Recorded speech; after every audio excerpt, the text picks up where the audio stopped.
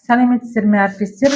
Бүгін сіздерге мен кез келген тақырыпта 1 минутта көрнекілік жасап оқушыға оңай әрі көрнекілік арқылы сабақ түсіндіруді үйрететін боламын. Бұл тақырып бізде вайп кодинг тақырыбы.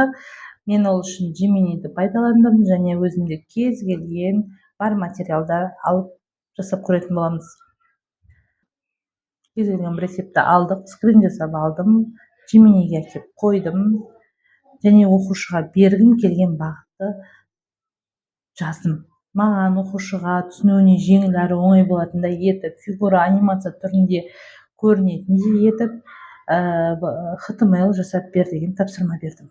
Ал Gemini маған дайын код жасап берді. Осы кодты көшіріп аламын.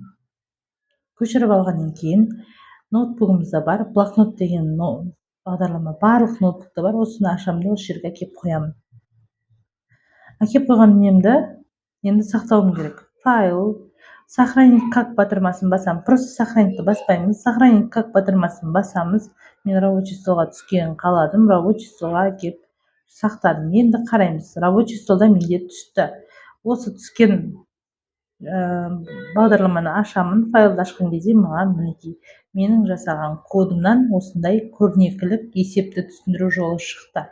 Мысалға, бірінші берілгені фигура сызылды, одан кейін есеп рет-ретмен қадам-қадаммен орындалды және ең соңында қарасаңыздар фигураның түсі өзгереді.